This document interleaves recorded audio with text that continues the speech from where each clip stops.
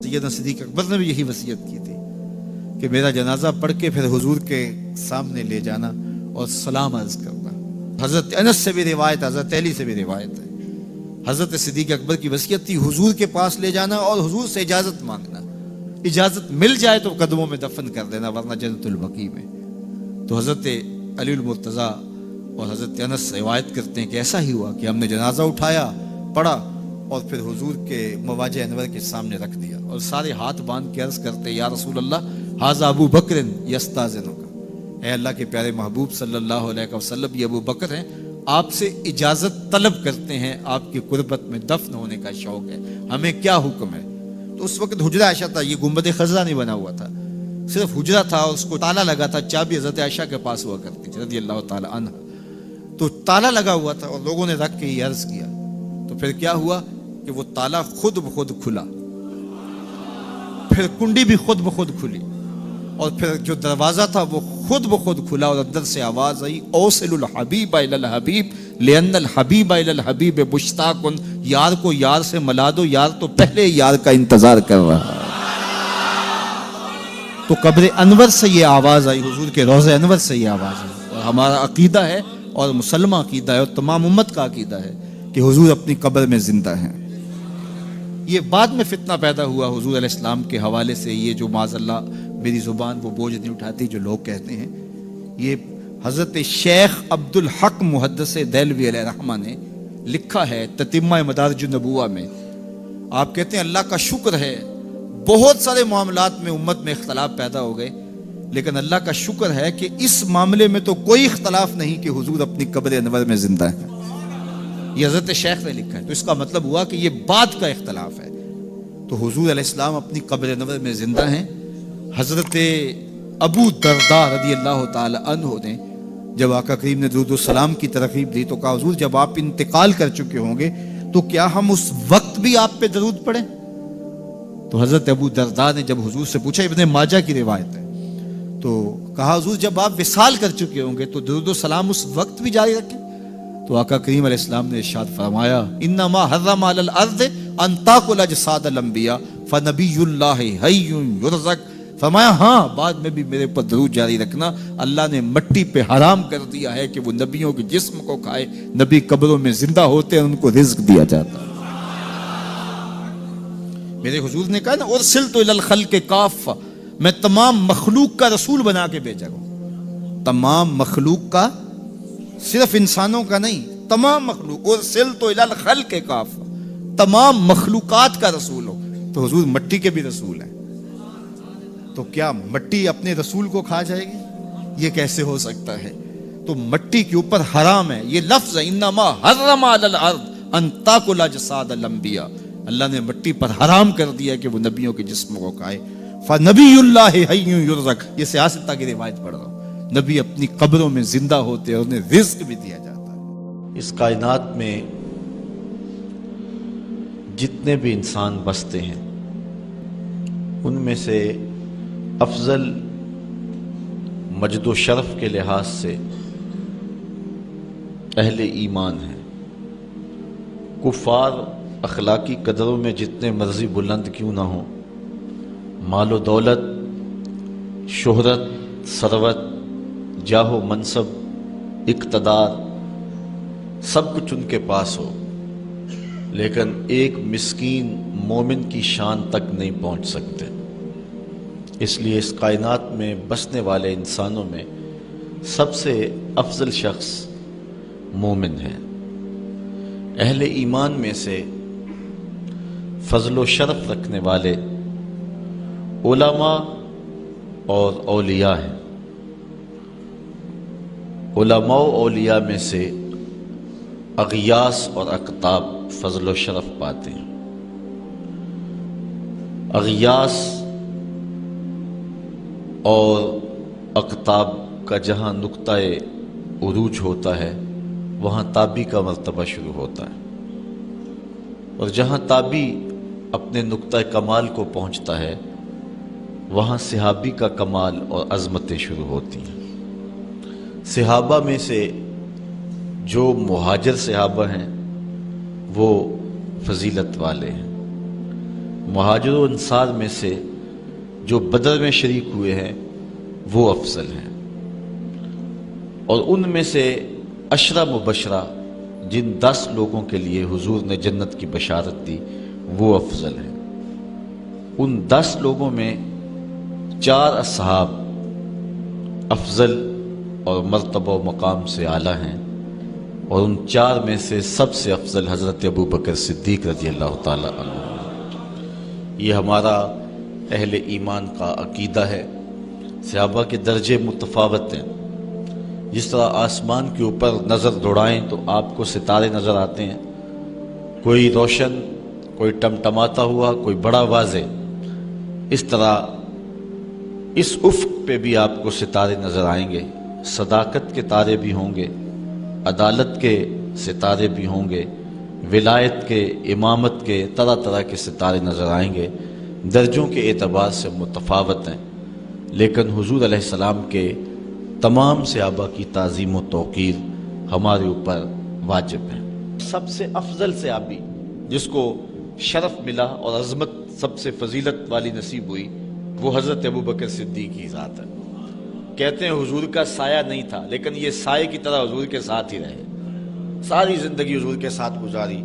بدر کے بھی ساتھی ہیں، قبر کے بھی ساتھی ہیں، غار کے بھی ساتھی ہیں، اور حد ہو گئی مزار کے بھی ساتھی ہیں۔ جے شک ہووی تے چل مدینے، آ ویخ لے جوڑ مزاراں دا، بن یار نبی دیاں یاراں دا۔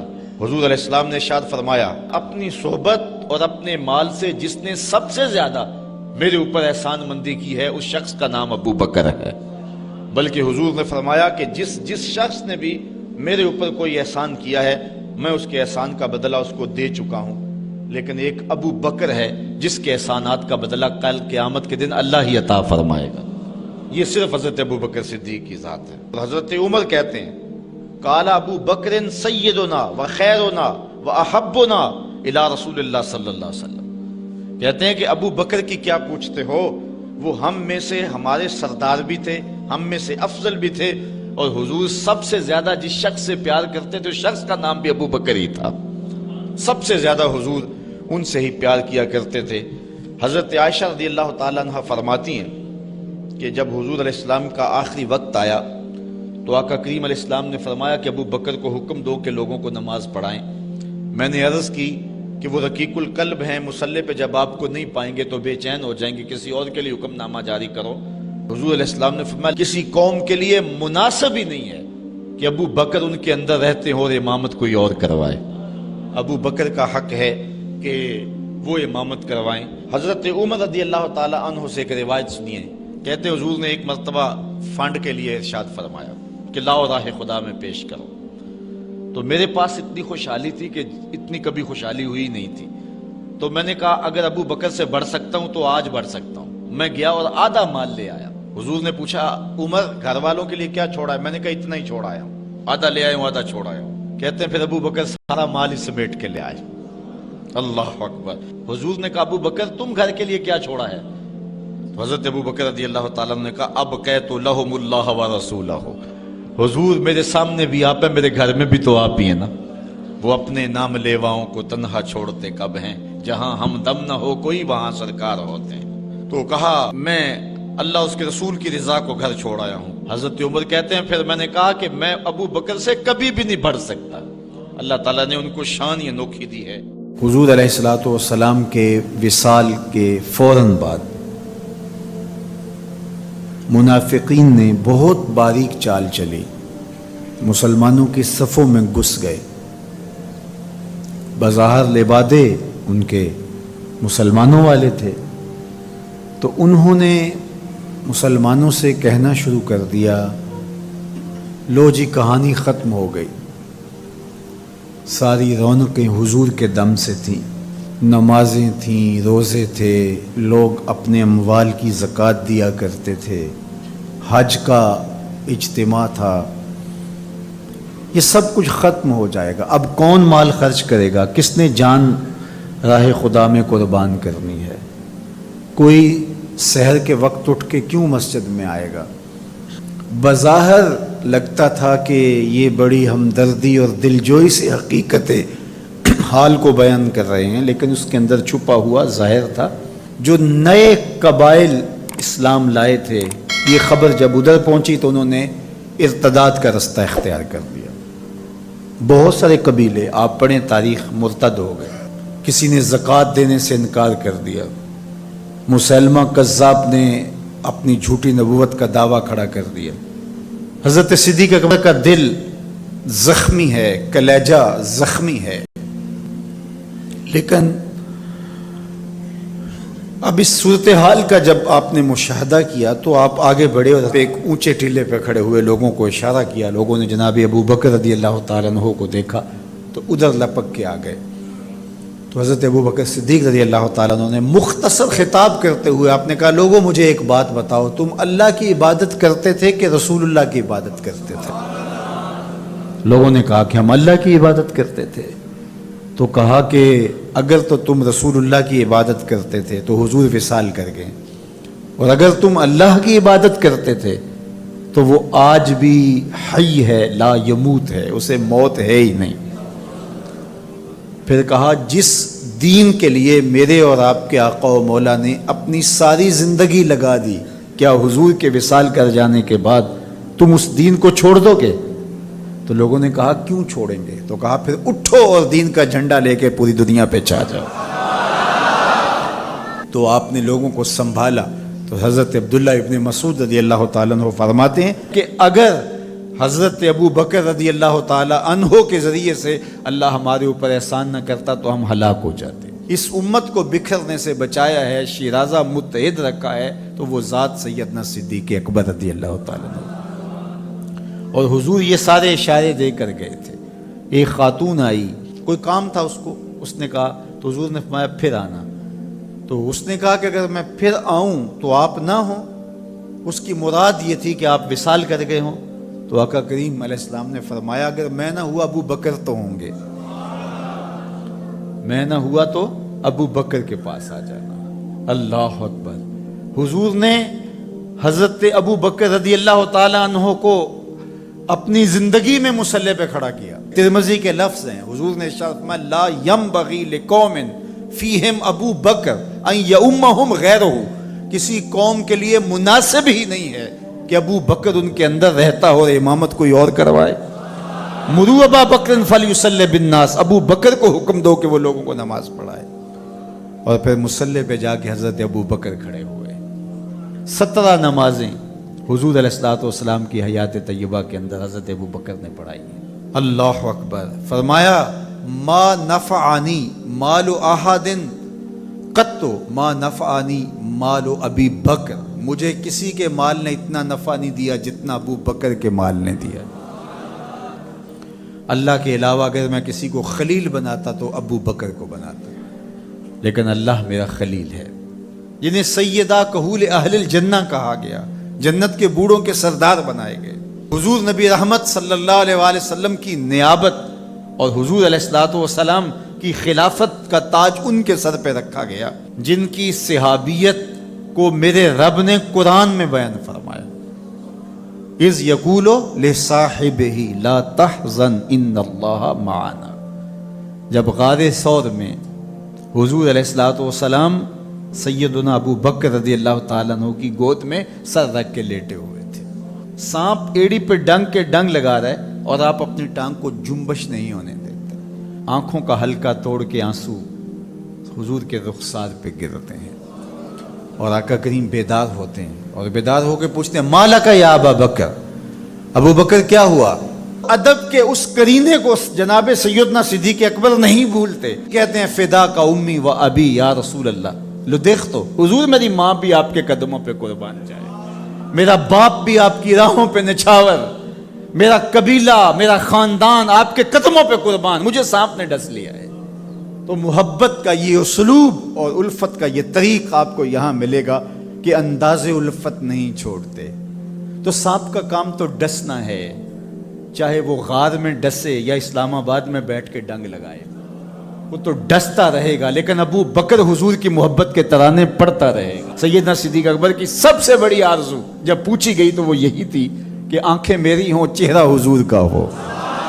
نہ چہرہ ہٹے نہ آنکھیں تھکیں، دیکھتا رہوں اور دیکھتا رہوں۔ اس واقعہ کی حکایت قرآن نے بیان کی ہے۔ اذ یقول لصاحبہ، صحابی کا ٹائٹل قرآن نے حضرت سیدنا صدیق اکبر کے نام کیا ہے، اس لیے حضرت سیدنا صدیق اکبر کی صحابیت کا انکار کفر ہے۔ جو حضرت صدیق اکبر کو کافر کہتا ہے وہ خود کافر ہے، اس لیے کہ ان کا ایمان، ان کا اسلام اور ان کی صحابیت قرآن کی قطعی نص سے ثابت ہے اور ان لفظوں کے ساتھ ثابت ہے۔ اذ یقول لصاحبہ لا تحزن، کہا گھبرانے کی ضرورت نہیں، ان اللہ معنا، اللہ ہمارے ساتھ ہے، اللہ ہمارے ساتھ ہے۔ اور پھر کہا وَالثَّانِي اثْنَيْنِ إِذْ هُمَا فِي الْغَارِ، دو میں سے دوسرا، اللہ اکبر، اللہ نے دو میں سے دوسرا کہا ہے۔ یہ شان ہے سیدنا صدیق اکبر، جو ثانی اثنین ہیں غار میں۔ اللہ اکبر، یار کہتے ہیں حضور کا سایہ نہیں تھا، لیکن جناب ابو بکر سائے کی طرح حضور کے ساتھ تھے، قبر کے بھی ساتھی، بدر کے بھی ساتھی، سفر کے بھی ساتھی، حضر کے بھی ساتھی۔ تو حضرت صدیق اکبر رضی اللہ تعالیٰ عنہ کی صحابیت قطعی نص سے ثابت ہے، اور سیدنا صدیق اکبر رضی اللہ تعالیٰ عنہ حضور علیہ الصلوۃ والسلام کے خسر ہیں۔ حضرت سیدنا صدیق اکبر رضی اللہ تعالیٰ عنہ کا دایاں ہاتھ حضور نے اپنے ہاتھ میں پکڑا ہے اور بایاں حضرت عمر کا ہاتھ پکڑا ہے، اور حضور ایسے مسجد نبی سے باہر نکل رہے ہیں اور کوئی شخص داخل ہوا تو فرمایا قیامت کے دن ہم ایسے ہی اٹھائے جائیں گے، دائیں ہاتھ میں ابو بکر کا ہاتھ ہوگا، بائیں ہاتھ میں عمر کا ہاتھ ہوگا۔ اللہ اکبر، یہ ہیں حضرت ابو بکر رضی اللہ تعالیٰ۔ جو بدبخت سیدنا صدیق اکبر رضی اللہ تعالیٰ عنہ کے ایمان پہ شک بھی کرے وہ مومن نہیں رہتا۔ یہ وقت بھی آنا تھا ہمارے اوپر کہ پاکستان کے دارالحکومت میں کھڑے ہو کر کے سیدنا صدیق اکبر رضی اللہ تعالیٰ عنہ کے بارے میں ایسے نازیبہ کلمات کہے جانے تھے۔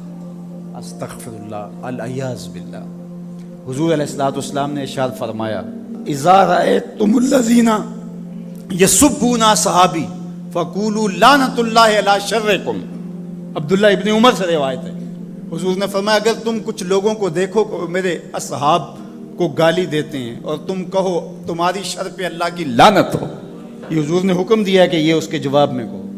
اور ایک حدیث کے لفظ ہیں، حضور علیہ السلام نے ارشاد فرمایا من سب اصحابی فعلیہ لعنت اللہ والملائکۃ والناس اجمعین، جو میرے اصحاب کو گالی دے اس پر اللہ کی بھی لعنت، فرشتوں کی بھی لعنت اور تمام مخلوقات کی بھی لعنت۔ تو یہ ملعون جو حضرت سیدنا صدیق اکبر اور دیگر اصحاب کو بھونکتے ہیں اور ان کے بارے میں نازیبہ کلمات کہتے ہیں، ان کی شر سے اس ملک کو پاک کرنا چاہیے۔ چنگاری جب بھڑکائی جاتی ہے تو پھر پورے شہر جل جاتے ہیں۔ 7-8 سال قبل کی کہانی ہمیں یاد ہے کہ کیا دردناک لمحات ہوتے تھے، روزانہ لاشیں اٹھانی پڑتی تھی، وہ ایسے ہی ناعاقبت اندیش لوگوں کی وجہ سے ہوا۔ اگر اداروں نے اس میں تساہل برتا، سستی سے کام لیا، یا کسی شخص کی خوشنودی کے لیے انہوں نے پسو پیش کیا تو یا معاملے کو گول مول کرنا چاہا تو حالات کنٹرول میں نہیں رہیں گے۔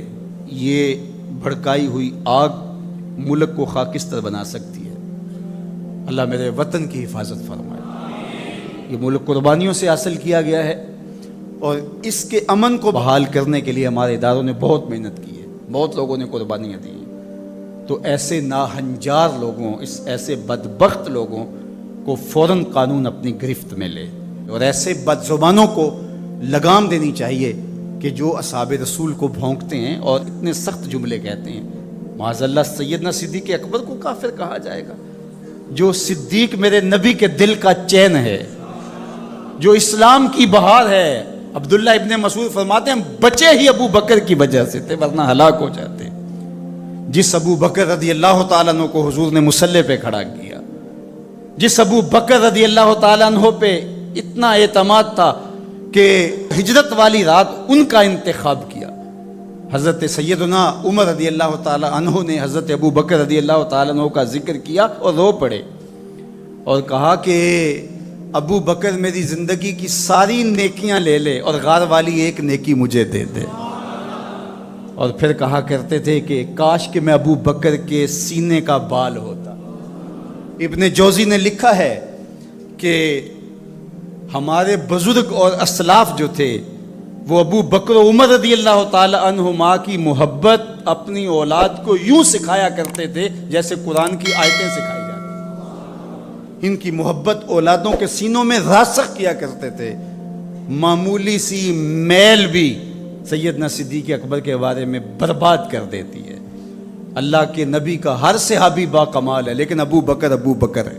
جے شک ہووی تے چل مدینے، جے شک ہووی تے چل مدینے، آ ویخ لے جوڑ مزاراں دا، بن یار نبی دیاں یاراں دا۔ تو ان سے ہماری محبت کا رشتہ استوار ہے۔ تو جس شخص نے بھی یہ جملہ کہا ہم اس کی مذمت کرتے ہیں۔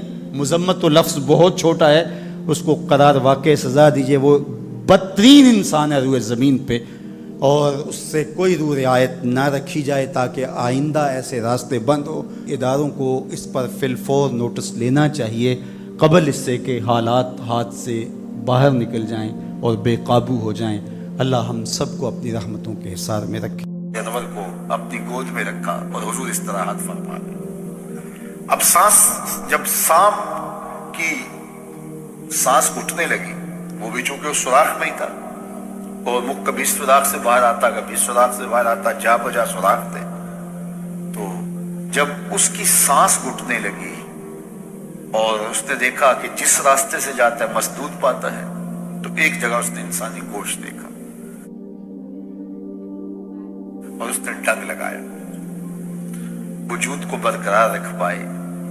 یہ کوئی تماشائی لبے بام تھوڑا ہے، لیکن حضرت سیدنا صدیق اکبر نے اپنی ٹانگ کو جنبش نہیں آنے دی۔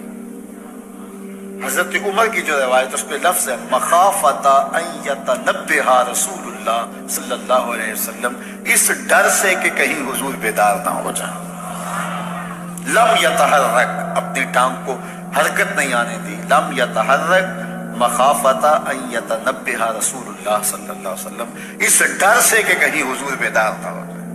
حضور کی نیند میں خلل، سانپ نے ڈنگ لگایا اور ایڑی ہٹی نہیں، وہ پیچھے ہٹ ہٹ کے ڈنگ مارتا ہے، اور حضرت ابو بکر پوری قوت سے ایڑی کو دبایا ہے۔ ذرا تصور تو کرو، عشق کی بات تو سارے کرتے ہیں، عشق ابو بکر سے سیکھو۔ یہ ہے محبت کی کہانی۔ حضرت ابو بکر صدیق نے زور سے ایڑی رکھی ہے، اور سانپ جو ہے وہ ہٹ ہٹ کے ڈنگ مار رہا ہے اور زہر جسم میں سرایت کر رہا ہے، اور حضرت ابو بکر صدیق اپنی ٹانگ کو جنبش بھی نہیں آنے دیتے، اس ڈر سے کہ کہیں حضور کی نیند میں خلل نہ آ جائے۔ سارا دھیان ادھر لگ گیا کہ ٹانگ کو جنبش نہ آئے۔ بے اختیار آنسو نکل پڑے اور حضور کے چہرہ نور پہ گرے۔ دھیان چونکہ ادھر لگا تھا، آنسو ادھر سے نکلے، حضور کے رخسار پہ گرے۔ حضور بیدار ہو گئے اور حضور نے فرمایا مالک یا ابا بکر، ابو بکر کیا ہوا؟ ابو بکر کیا ہوا؟ انسان دکھوں میں بھرا پڑا ہو، تکلیف پہ تکلیف گزر رہی ہو، اور کوئی پوچھ لے تو انسان پھٹ پڑتا ہے، بہت جلدی بولتا ہے، پھر اس کے القاب اور اس کا نام اور اس کے لیے جو بولنے کا سٹائل ہے وہ بھول جاتا ہے، وہ جلدی جلدی اپنا دکھڑا بیان کرتا ہے۔ لیکن یہاں پیار کی کہانی اتنی دل آویز ہے، اللہ اکبر۔ یہ حضرت عمر کی روایت پڑھ رہا ہوں کہ یوں ایڑی زور کے ساتھ سوراخ پہ رکھی ہے، بل پہ رکھی ہے، سانپ ہٹ ہٹ کے ڈنگ لگا رہے، ساری توجہ ٹانگ کی طرف ہے کہیں ہل نہ جائے اور حضور بیدار نہ ہو جائیں، اور اچانک آنکھوں سے آنسو ٹپکے حضور کے رخسار پہ گرے۔ آقا کریم بیدار ہو کے پوچھتے ہیں مالک یا ابا بکر، ابو بکر کیا ہوا؟ تو حضرت ابو بکر کیا بولتے ہیں؟ لدغت فداک امی و ابی یا رسول اللہ، یا رسول اللہ میری ماں بھی آپ کے قدموں پہ قربان ہو، میرا باپ بھی آپ کے قدموں میں قربان ہو، سانپ نے مجھے ڈس لیا ہے۔ اللہ اکبر۔ ادب کے اس سٹائل کو چھوڑا، محبت کے اس انداز کو ہنگامی حالت میں بھی ترک نہیں ہونے دیا۔ گفتگو کا سلیقہ اور بات کرنے کا جو طریقہ ماضی میں تھا آج بھی اسے ہی ملحوظ رکھا اور اسی سٹائل سے بات کرتے ہیں۔ میری ماں بھی آپ کے قدموں پہ قربان، میرا باپ بھی آپ کی راہوں پہ نچھاور، حضور مجھے سانپ نے ڈس لیا ہے۔ اللہ اکبر۔ پھر حضور علیہ السلام نے فرمایا قدم اٹھاؤ. قدم اٹھایا تو آقا کریم نے اپنا لعاب دہن لگا دیا اور حضرت ابوبکر صدیق کا درد بھی جاتا رہا, زہر کے اثرات بھی ختم ہو گئے. اور جب آپ کا آخری وقت آیا تو وہ دوبارہ عود کر آئے. اور حضرت عمر فرماتے ہیں کہ آپ کی وفات کا سبب وہی سانپ کا ڈنگ تھا. اللہ اکبر. عاشق کی موت آئی ہے اور عاشق دنیا سے رخصت ہوا ہے تو وہی لمحے دوبارہ لوٹ آئے. وہی سانپ کے جو ہے وہ زہر کا اثر سرایت کرنے لگا ہے. وہ حضرت ابو بکر کا جب آخری وقت تھا تو غار ثور کی ساری یادیں پھر تازہ ہونے لگی ہیں. اللہ اکبر. تو حضرت ابو بکر صدیق اور حضور 3 دن تک اور 3 راتیں اس غار میں رہے. اب یہ ڈھونڈتے رہے کہ ادھر گئے ہوں گے, ادھر رہے ہوں گے. پھر ان کے کھوجی نے کہا کہ نشان تو ادھر جاتے ہیں, اور ان کو لے کے وہ غار ثور کی طرف بڑھ گیا اور پہاڑ چڑھ گیا. غار ثور کے آگے جب گیا تو وہاں تک نشان تھے. آگے ایک جھاڑی تھی جس پر تالا جو ہے وہ جالا تن لیا تھا عنکبوت نے, مکڑی نے, اور فاختہ نے انڈے بھی دے دیے تھے. تو اب وہاں ان کا گمان ہوا کہ اگر یہاں سے اندر گئے ہوئے ہوتے تو یہ جالا ٹوٹ جاتا. تو یہ تو ممکن نہیں ہے, فاختہ تو انسانی وجود کو دیکھ کر کے اڑ جاتی ہے, تو یہ یہاں فاختہ بھی اڑتی نہیں ہے. تو اب جنہوں نے غار ثور دیکھی ہے ان کے ذہن میں سارا نقشہ گھوم گیا ہوگا, وہ اس تصور میں گھوم رہے ہوں گے. وہ یہاں مرکز مصطفیٰ میں نہیں بیٹھے, غار ثور کے آگے بیٹھے ہوئے ہوں گے. پھر وہ کیا منظر ہے. اللہ اکبر. تو غار اوپر سے نیچے آتی ہے اور نیچے تھانہ ہے غار کا. اور جو غار کے اندر بیٹھے ہو, سامنے جو پلیٹ فارم بنا ہوا ہے اس کے اوپر چلتے پھرتے باتیں کرتے وہ سارے لوگ نظر آتے ہیں اوپر والے کو جو غار کے اندر بیٹھے. اور جو باہر ہیں ان کو غار کے اندر کچھ نظر نہیں آ رہا. ایک تو غار کے اندر اندھیرا, اور دوسری بات اگر دیکھنا بھی چاہیں تو جھک کر کے دیکھنا پڑتا ہے. اپنے نیچے جھکیں اور پھر اندر دیکھیں تو کچھ دکھائی دے گا, اور وہ نہیں دیکھ رہے تھے. تو حضرت ابو بکر صدیق رضی اللہ تعالیٰ عنہ نے جب دیکھا مشرکین چل رہے ہیں, ان کی آوازیں بھی آ رہی ہیں, تو حضور سے کہا کہ حضور یہ کیا ہوا. اذ یقول لصاحب لا تحزن ان اللہ معنا. قرآن بتاتا ہے دونوں میں سے ایک جب اس کو جب فکر لاحق ہوئی, ایک ہوتا ہے اپنی جان کا خوف, اس کو خوف کہتے ہیں, جو دوسرے کے لیے ہوتا ہے اس کو حزن کہتے ہیں. صدیق اکبر کو اپنی جان کا خوف نہیں تھا, حضور کی جان کی فکر تھی. تو اللہ کے محبوب نے فرمایا, قرآن نے اس کی حکایت کی, لا تحزن, پریشان ہونے کی ضرورت نہیں, ان اللہ معنا, اللہ ہمارے ساتھ ہے, اللہ ہمارے ساتھ ہے. بلکہ فرمایا ابو بکر تو ان 2 کے بارے میں کیا کہتا ہے جن کا تیسرا اللہ ہو. ان 2 کے بارے میں تو کیا کہتا ہے جن کا تیسرا. اور وہاں سوچتے رہے آگے کدھر گئے ہیں, آگے کدھر گئے ہیں, اور غار سامنے کدھر گئے تھے, اور حضور ان کو دیکھ رہے, ابو بکر صدیق ان کو دیکھ رہے. میرے استاد تھے, فرمانے لگے کہ حضور علیہ السلام کو دیکھنے کے لیے جھک کے دیکھنا پڑتا ہے. اس غار میں انہیں حضور تب نظر آتے اگر وہ جھک کے دیکھتے, اور اگر وہ جھک کے دیکھنے کی عادت رکھتے تو مکے میں ہی دیکھ لیتے, مکے میں ہی دیکھ لیتے. اس لیے انہوں نے جھکنا نہیں تھا, اور جو جھکنا نہیں جانتا وہ نبی کو دیکھ نہیں پاتا, اور جو جھکتا ہے بلال دیکھ لیتا ہے, عمار دیکھ لیتا ہے, ابو بکر دیکھ لیتا ہے. اللہ اکبر. تو یہ تو وہاں مکے میں نہیں دیکھ سکے. ابھی تو قرآن نے کہا نا وَتَرَاهُمْ يَنْظُرُونَ إِلَيْهِ وَهُمْ لَا يُبْصِرُونَ. محبوب یہ جو آنکھیں پھاڑ پھاڑ کے آپ کو دیکھ رہے ہیں, آپ ان کے دیکھنے کو دیکھ رہے ہیں. وَتَرَاهُمْ, آپ ان کو دیکھ رہے ہیں. يَنْظُرُونَ إِلَيْهِ, یہ آپ کو دیکھ رہے ہیں, آپ دیکھ رہے ہیں کہ یہ آپ کو دیکھ رہے ہیں. وَهُمْ لَا يُبْصِرُونَ, میں خدا ہو کے کہتا ہوں یہ نہیں دیکھ رہے. ذرا دیکھو سے توجہ تو کری, قرآن مجید کے اس اسلوب کو تو ملاحظہ کیے. وَتَرَاهُمْ, آپ ان کو دیکھ رہے ہیں. کیا دیکھ رہے ہیں؟ يَنْظُرُونَ إِلَيْهِ, کہ یہ آپ کو دیکھ رہے ہیں.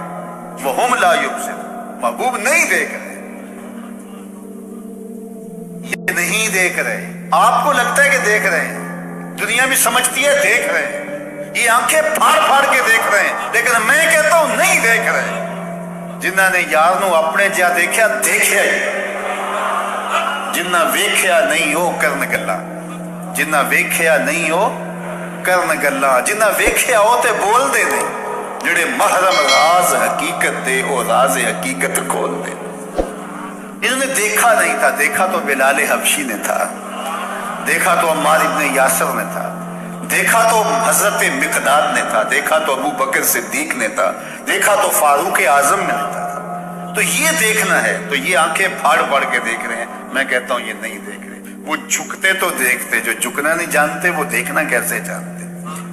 تو کسی کو دیکھنے کے لیے اپنا آپ مٹانا پڑتا ہے، اپنا آپ جب تک مٹے گا نہیں تو کوئی دکھائی نہیں دے گا، جب مٹ جاؤ گے تو جلوہ یار بھی دکھائی دے گا، جلوہ حبیب بھی دکھائی دے گا۔ اللہ اکبر۔ تو حضرت سیدنا صدیق اکبر رضی اللہ تعالیٰ عنہ 3 دن وہاں گزارے۔ حضرت عمر کہا کرتے تھے رضی اللہ تعالیٰ عنہ، روتے تھے جب حضرت ابو بکر صدیق کا ذکر کرتے، کہتے تھے کہ ابو بکر مجھے غار کی ایک رات والی وہ نیکی دے دیں، میری ساری زندگی کی نیکیاں لے لیں۔ عمر مومنین سیدہ عائشہ رضی اللہ تعالیٰ عنہ فرماتی ہیں ایک دن تاروں بری شب تھی اور حضور علیہ السلام میرے کاشانہ نور میں تھے، کاشانہ رحمت میں تھے، تو ایسے تاروں پہ نظر پڑی تو میں نے حضور سے سوال کیا، حضور تاروں جتنی نیکیاں بھی کسی کی ہوں گی؟ چمکتے ہوئے ستارے، تا حد نظر پھیلا ہوا آسمان، تو بے ساختہ میں نے کہا حضور ستاروں جتنی نیکیاں بھی کسی کی ہوں گی؟